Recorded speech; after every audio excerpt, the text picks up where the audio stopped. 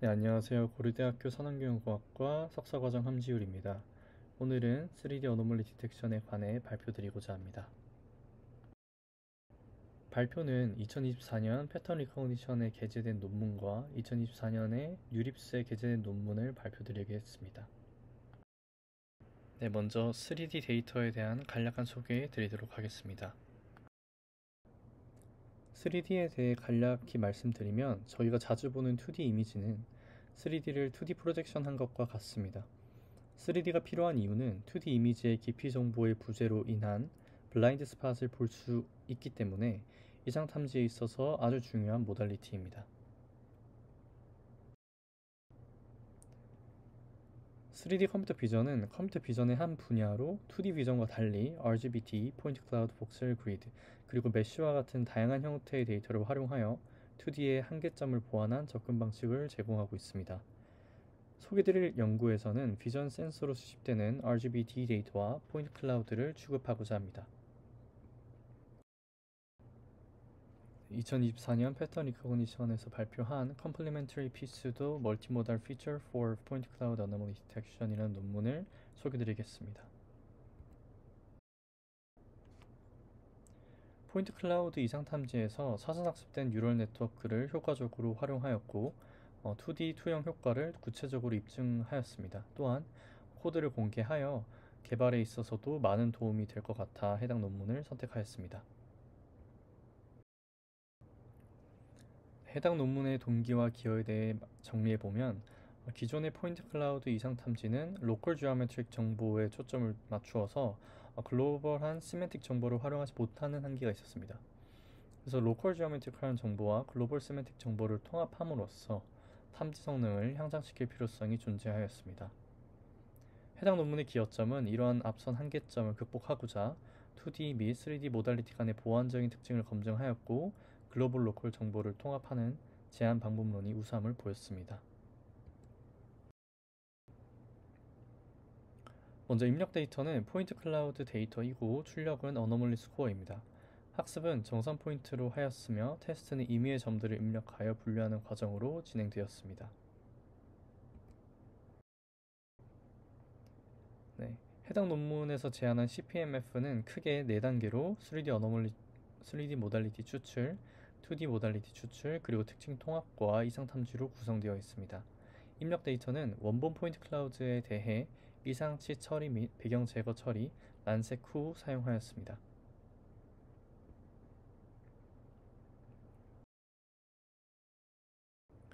3D 모달리티 특징 추출기는 기존 Back to the Feature라는 논문에서 검증된 핸즈크래프트 피처를 적용하였습니다.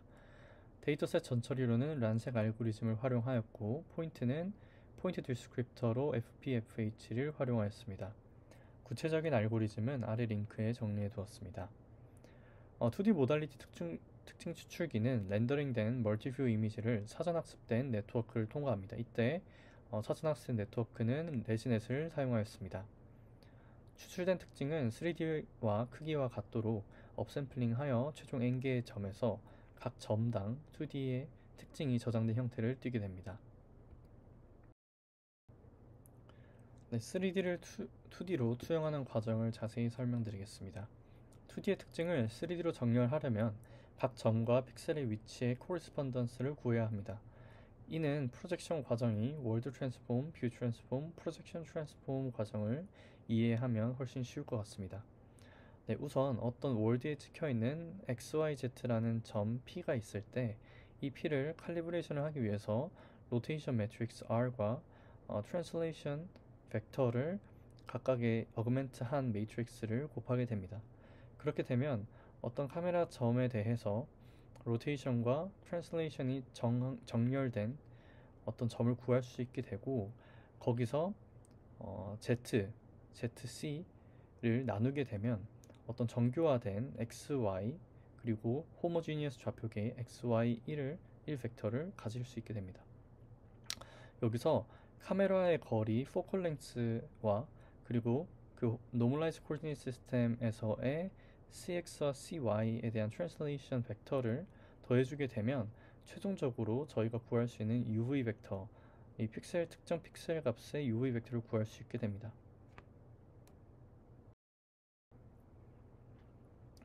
3D를 2D로 프로젝션한 코리스폰던스를 조금 더 텍스트로 풀게 되면 월드 스페이스에서는 extrinsic matrix T가 존재를 하고 카메라 스페이스에서는 intrinsic matrix K가 존재하게 됩니다. extrinsic matrix T는 어떤 로테이션과 트랜슬레이션으로 구성된 매트릭스이고 카메라 스페이스에서 intrinsic K는 포컬 랭스에 대한 배율과 그리고 이제 트랜슬레이션 할 CX와 CY, 이 CX와 CY는 카메라 중심의 좌표입니다. 그래서 이를 모두 종합하여 구하게 되고 그러면 UVW를 구할 수 있는데 이때 이 W가 ZC이기 때문에 이 ZC를 나눠주게 되면 최종적으로 U와 V를 구할 수 있게 됩니다. 그래서 각각의 포인트가 프로젝션을 했을 때 2D 스페이스에서 픽셀 어디에 찍히는지를 다 구할 수 있기 때문에 이를 미리 저장해 놓게 됩니다. 3D to 2D 멀티뷰 프로젝션과 렌더링을 코드로 살펴보면 조금 더 쉽습니다. 그래서 이 Calculate Points to 2D는 이 3D를 2D로 프로젝션 하는 과정인데 어떤 이 파라미터인데 피놀 카메라 파라미터를 먼저 불러옵니다. 즉 3D를 촬영할 때 저희가 가져왔던 그 피놀 카메라의 파라미터라고 보시면 되고 그 파라미터의 intrinsic matrix, 즉 카메라 스페이스에서의 intrinsic matrix와 카메라 스페이스가 있는 카메라가 위치가 지정된 월드 스페이스인 extrinsic matrix를 가져오게 됩니다. 그래서 extrinsic matrix에서 3x3까지 가져오게 되면 이는 rotation matrix이고 extrinsic matrix에서 3 이후 부분을 가져오게 되면 translation 벡터를 가져오게 됩니다. 그래서 로테이션은 3x3으로 구성이 되었고 트랜슬레이션은 3x1로 구성이 되었습니다. 그래서 프로젝트 포인트를 하게 되면 저희가 뽑아왔던 intrinsic matrix와 로테이션 그리고 트랜슬레이션이 있기 때문에 로테이션과 트랜슬레이션을 통해서 점을 정렬하게 되고 카메라 스페이스에서 intrinsic matrix를 거쳐서 최종적으로 UV를 얻을 수 있게 됩니다. 그리고 여기서 투영을 하였을 때 실제 n/1 UV 집합으로 표현이 되기 때문에 이제 n개의 점에 대해서 각각의 점이 픽셀 값에 투영됐을 때 어느 좌표에 투영되는지를 구할 수 있게 되는 것입니다. 그래서 이를 최종적으로 여기 해당 차원은 0으로 이제 출력을 받아서 어떤 3D 점이 정확히 2D에 어디에 찍히는지에 대해서 해당 좌표값을 저장된 좌표값을 출력값으로 받을 수 있게 됩니다.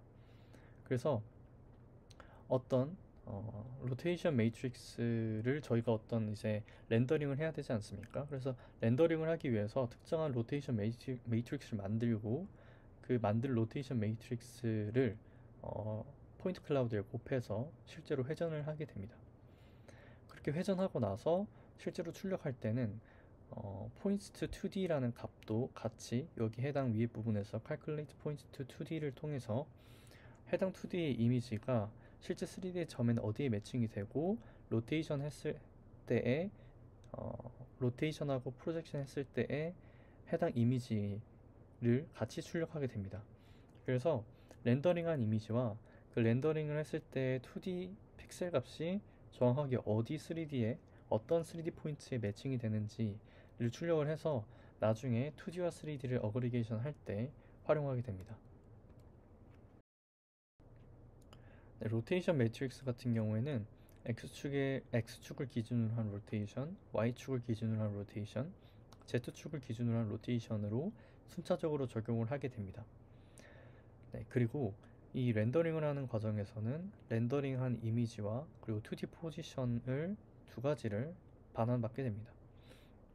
그래서 렌더링한 이미지는 K개로 멀티뷰를 찍을 때 K개의 멀티뷰를 찍게 되는 것입니다.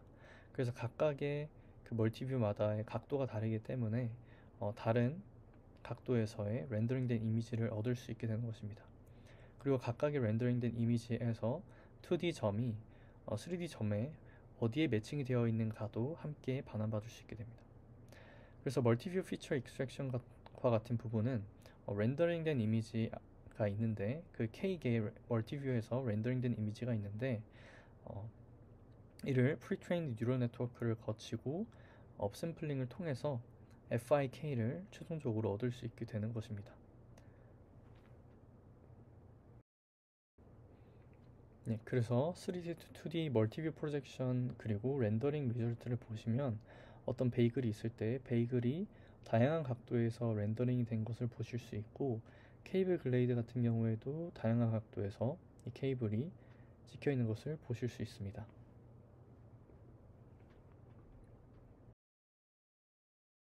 네, 이제 2D to 3D Alignment and Aggregation 그리고 최종적으로 2D 3D Aggregation 부분을 좀 더 설명을 드리겠습니다. 이제 2D to 3D Alignment는 이전에 얻은 2D to 3D 포인트가 있지 않습니까?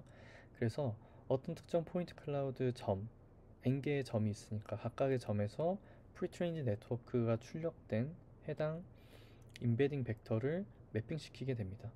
그리고 K개의 멀티 뷰로 찍었기 때문에 이 K개의 멀티 뷰에 대해서 에버리지 풀링을 통해서 최종적으로 2D 피처를 특정 n개의 점에 대해서 매칭을 시키게 되고, 직전에 이 3D 포인트의 특징은 FPFH로 저희가 뽑아놨지 않습니까? 그래서 해당 포인트에 대한 피처 디스크립터의 값과 이제 2D 임베딩의 그 값을 이 점에 대해서 각각의 점에 대해서 컨캣을 하게 됩니다. 그래서 한 가지의 점, 특정한 의미의 점이 있다고 했을 때 그 점은 2D 임베딩의 값과 3D 임베딩의 값, 컨캣된 그 두 가지의 값이 컨캣된 임베딩 벡터를 가지고 있다고 보시면 됩니다. 그래서 해당 피처를 CPMF라는 피처로 해당 논문은 정의하였습니다. 그래서 이제 최종적으로 CPMF라는 피처들을 뽑았으면 해당 뽑은 피처를 이제 비주얼 어노멀리 디텍션을 연구하다 보면 메모리 뱅크라는 방법론들이 되게 많이 나옵니다. 그래서 메모리 뱅크에 이 CPMF 특징을 저장해 놓게 됩니다. 근데 저장을 할 때 포인트가 n개가 있기 때문에 그렇게 되면 저장 용량이 매우 커질 수 있습니다. 그래서 해당 제가 빨간색 표시해 놓은 것처럼 스파르스 랜덤 프로젝션을 통해서 점들을 조금 더 특징 점들만 뽑게 되고, 해당 점을 메모리 뱅크에 저장해 놓고 이제 새로운 점이 들어왔을 때 그 새로운 점에 대한 CPMF 특징과 저장되어 있는 메모리 뱅크에 저장되어 있는 값을 거리를 비교를 해서 정상과 이상을 최종적으로 탐지하는 알고리즘으로 동작합니다. 네, 실험은 NVTech 3D AD와 Real 3D AD로 적용하였습니다. 구체적인 구현은 다음과 같이 적어두었습니다. 네, NVTech 3D AD를 소개드리면 총 4147개의 스캔 데이터로 구성이 되어 있고, 각각의 스캔 데이터는 RGB 이미지와 포인트 클라우드가 1대1 매핑으로 구성이 되었습니다. 10개 카테고리로 구성이 되어 있고, 각각의 카테고리에는 노멀과 디펙이 함께 주어집니다. 디펙의 종류는 자연 변형, 그리고 이제 정해진 모양이지만 쉽게 변화하는 폼이나 어떤 로프, 그리고 타이어 같은 경우, 그리고 리지드, 그러니까 강체 모양이 잘 변하지 않는 경우, 이렇게 크게 세 가지로 구성이 되어 있습니다. 리얼 3D AD와 같은 경우에는 사각지대가 없는 fully 3D 데이터셋입니다. 그래서 1254개의 샘플 그리고 12개의 카테고리, 각 카테고리는 정상과 결함 세트로 구성이 되어 있습니다. 먼저 NVTech 3D AD로 실험한 정량적 평가 결과입니다. 그리고 해당 표에서 CPMF 별이 있는데 이 경우는 원 모델 멀티 카테고리 세팅입니다. 그래서 베이글에 대한 정보를 저장을 하고 나머지 카테고리에 대해서 테스팅했을 때의 결과입니다. 이때 원 클래스 세팅보다 좋은 경우도 다수 존재하는 것을 확인할 수 있었습니다. 네, 그리고 이제 리얼 3D AD에 평가한 실험 결과는 NVTech 3D보다 다소 부진한 결과를 보였습니다. 아무래도 이 풀리 3D 한 것을 2.5D로 재구성하는 과정에서 특징이 손실될 수 있었다고 보였습니다. 네, 정상적 결과는 다음처럼 CPMF 특징을 사용했을 때 가장 효과적임을 볼 수 있었고, 2D와 3D 정보 각각을 비교해 보았을 때 2D, 3D 정보가 상호 보완적인 정보임을 확인할 수 있었습니다. 그래서 2D가 잘 찾아내는 정보가 있고 3D가 잘 찾아내는 정보가 서로 다르고 그 둘을 합쳤을 때 가장 효과적이었음을 볼 수 있었던 정량적 평가 지표입니다. 네, 다음으로는 2024년도 뉴립스에서 발표된 포인트 AD 논문입니다. 해당 논문은 최초로 2D와 3D 정보를 활용한 제로샷 어노멀리 디텍션 논문이고 코드 또한 공개되어 있어 채택하게 되었습니다. 해당 논문의 동기와 기여에 대해서 정리드리면 타겟 데이터의 트레이닝 데이터가 부재하거나 제품별로 정상 분포를 따로 학습해야 하는 원클래스 세팅은 실제 산업에 적용하기에 부적합합니다.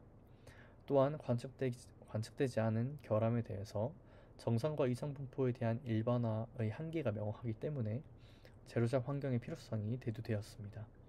따라서 해당 논문에서는 제로샷 3D 이상 탐지의 최초 연구이며 포인트와 픽셀에서 3D 이상을 이해할 수 있는 통합 프레임워크를 제공한 기여점을 가지고 있습니다.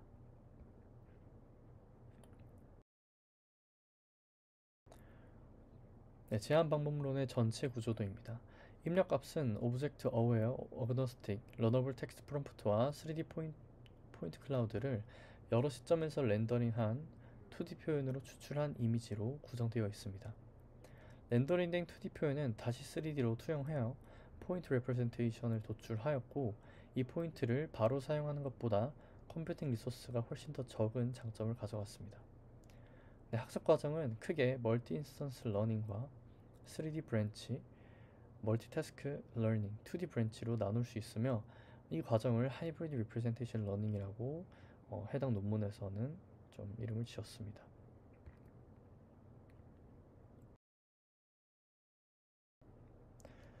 네, 멀티뷰 렌더링 같은 경우에는 오프라인으로 렌더링을 진행을 하였습니다. 첫 번째 논문과 같이 XYZ를 UV로 변하는 과정을 거쳤고 해당 과정에서는 2D 픽셀 좌표와 3D 포인트 좌표를 미리 저장하였습니다.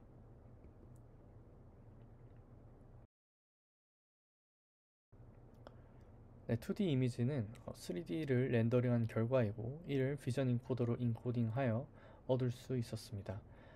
글로벌에 대한 정보는 VIT의 CLS 토큰을 활용을 하였고 로컬한 정보는 VIT의 패치 토큰을 활용하였습니다.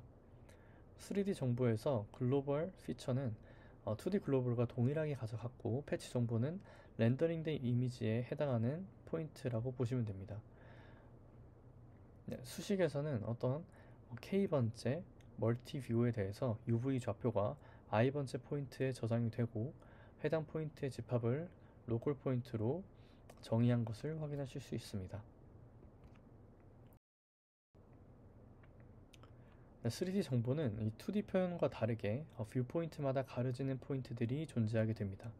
3D 포인트에서는 프로젝션을 했을 때 깊이가 얕은 점이 먼저 보이기 때문에 해당 점을 인디케이터 1로 두고 가려지는 점을 0으로 하여 최종적으로 뷰 포인트에서 보이는 점만 1로 표시하게 됩니다.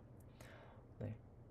해당 예시에서 간단히 살펴볼 수 있는데 이 UV가 이 픽셀 좌표의 좌표값이라고 보시면 되고 2,3으로 같은 것을 확인하실 수 있습니다.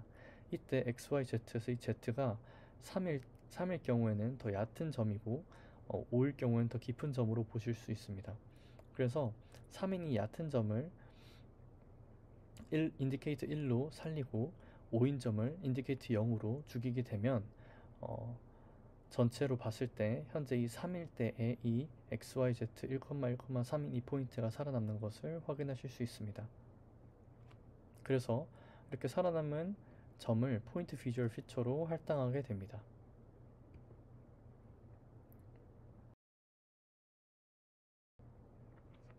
네, 텍스트 프롬프트는 오브젝트 어그노스틱과 어웨어 두 브랜치로 분류하였습니다.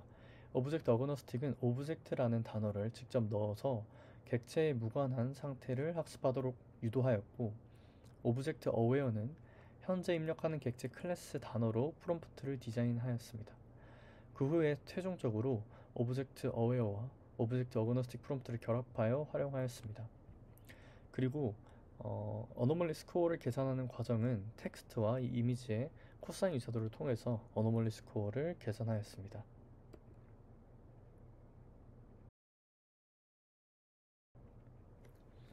그리고 이제 멀티 인스턴스 레프레젠테이션 러닝 MIL이라고 이름을 지었는데, 해당 논문에서 이렇게 이름을 지은 이유는 하나의 포인트 클라우드에서 멀티 뷰가 나오기 때문입니다. 그래서 이 하나의 포인트 클라우드에서 멀티 인스턴스가 나오기 때문에 해당하는 과정을 학습하는 과정을 MIL이라고 좀 이름을 지은 것 같습니다. 네, 글로벌 정보의 경우에는 이 2D와 3D가 같기 때문에 단일 크로스 엔트로피를 사용하여 로스를 계산을 하였고, 이제 로컬 정보는 포인트별로 계산을 했을 때 이 실험 환경인 3090 24GB GPU를 뛰어넘기 때문에 이 2D 특징을 3D로 투영하여서 평균 값을 낸 후에 해당 값을 통해 다이스 로스로 학습하는 과정으로 채택하였다고 합니다. 이렇게 했을 때 24기가를 뛰어넘지 않고 훨씬 더 빠르게 학습을 할 수 있었다고 합니다.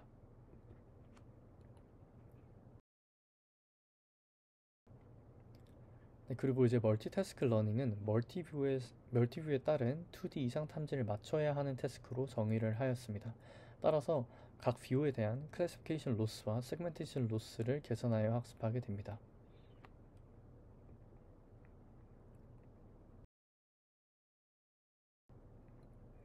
네, 학습은 이 3D 글로벌 로컬 그리고 2D 글로벌 로컬 로스를 통해서 학습하였고, 추론은 포인트 클라우드가 주어졌을 때 어노멀리 맵을 구하고 RGB가 조건부로 주어졌을 때는 두 값의 평균 값으로 구하게 됩니다. 그래서 글로벌은 RGB가 주어졌을 때 이 RGB와 3D 어노멀리 스코어의 평균을 취한 후에 세그멘테이션 맵의 맥스 값을 다시 한번 더 평균 내는 과정으로 구하는 것을 확인하실 수 있습니다. 데이터셋은 1 vs REST와 클로스 데이터셋으로 진행이 된 것을 확인하실 수 있고, 오픈3D를 통해서 렌더링 할 때는 X축을 기준으로 총 9가지의 멀티뷰로 렌더링 하는 것을 확인하실 수 있습니다. 네, 전체적인 정량적인 평가 결과입니다. 프롬프트 디자인과 같은 경우에는 오브젝트 어웨어 프롬프트를 사용하는 쿡보다 오브젝트 어그노스틱 프롬프트가 더욱더 좋은 성능을 보였음을 확인하실 수 있습니다. 그리고 이제 멀티모달 정보를 활용을 했을 때 3D 정보만 사용한 것보다 더 좋은 성능을 보였습니다. 그래서 이 2D와 3D 정보의 상호 보완적인 효과성을 입증을 하였고, 이 어노멀리 클립은 2D RGB만 활용하기 때문에 이 어노멀리 클립과 비교한 실험 결과를 보시면 3D 정보를 함께 사용했을 때 더 좋은 성능을 보였음을 확인하실 수 있고, 3D 정보만 사용할 때보다 RGB 정보를 플러그 앤 플레이 방식으로 적용했을 때 더욱더 어, 더 로버스트한 성능을 보였음을 확인하실 수 있습니다. 네, 이제 정성적 평가 결과입니다. 정성적 평가 결과로 봤을 때도 포인트 스코어만 활용하는 것보다 멀티모달 스코어로 활용을 했을 때 더 명확하게 어노멀리의 어노멀리를 로컬라이징 하는 것을 확인하실 수 있습니다. 네, 어블레이션 스터디 결과를 정리를 해보면 RGB 정보를 같이 활용할 때는 2D 로스가 필수적이고, 3D 정보만 활용할 때는 2D 로스보다 당연히 3D 로스가 더욱 필수였습니다. 그리고 2D와 3D 정보를 상호 보완적으로 활용할 때는 2D와 3D 로스 세팅을 같이 가져가는 것이 당연히 좋았음을 어블레이션 스터디에서는 보였습니다. 하지만 제가 파일럿 스터디를 해봤을 때 실제로 잘 안되는 클래스들과 샘플들이 많이 존재를 했기 때문에 이러한 부분들을 어, 더 향상시킬 수 있는 충분한 마진이 남아있음을 확인할 수 있었습니다. 네, 앞서 말씀드린 내용들을 정리해서 말씀드리겠습니다. 네, 두 논문을 리뷰하면서 간략하게 정리를 해보면 CPMF는 멀티뷰에 대한 프로젝션 그리고 2D, 3D 포인트 얼라인이 기존의 3D 특징만 사용한 것보다 효과적인 것을 입증한 것이 인상적이었습니다. 포인트 AD에서 비전 랭귀지 모델과 2D, 3D 역변환 과정으로 제로샷 어노멀리 디텍션을 성공적으로 꾸려낸 것 또한 인상적으로 느꼈습니다. 하지만 이 두 가지 논문에서는 프롬프트 디자인이 멀티모달에 적합하도록 최적화가 된 것인지에 대한 의문이 있었고, 그리고 2D 렌더링 이미지와 역투영된 3D 이미지를 활용하기에 이 RGB 이미지의 활용도가 다소 떨어진다고 느꼈습니다. 그래서 제로샷은 정상과 이상에 대한 일반화 능력이 우수하지만 정상 데이터를 가지고 있을 경우에는 특정 도메인 최적화에 좀 제한되는 경향이 있습니다. 따라서 멀티모달 프롬프트 러닝에 적합한 프롬프트 디자인과 학습 알고리즘에 대한 개발이 좀 필요하다고 느껴졌고, 또 보조 이미지로는 2D 렌더링 이미지, 역투형된 3D 이미지, 그리고 RGB 이미지를 모두 활용하는 연구가 필요하다고 느껴졌습니다. 네, 그리고 이 제로샷 어노멀리 디텍션의 방법론을 퓨샷으로 확장을 해서 정상 데이터를 효과적으로 활용하는 방법론 또한 연구가 필요하다고 생각합니다. 네, 이상으로 발표 마치도록 하겠습니다. 감사합니다.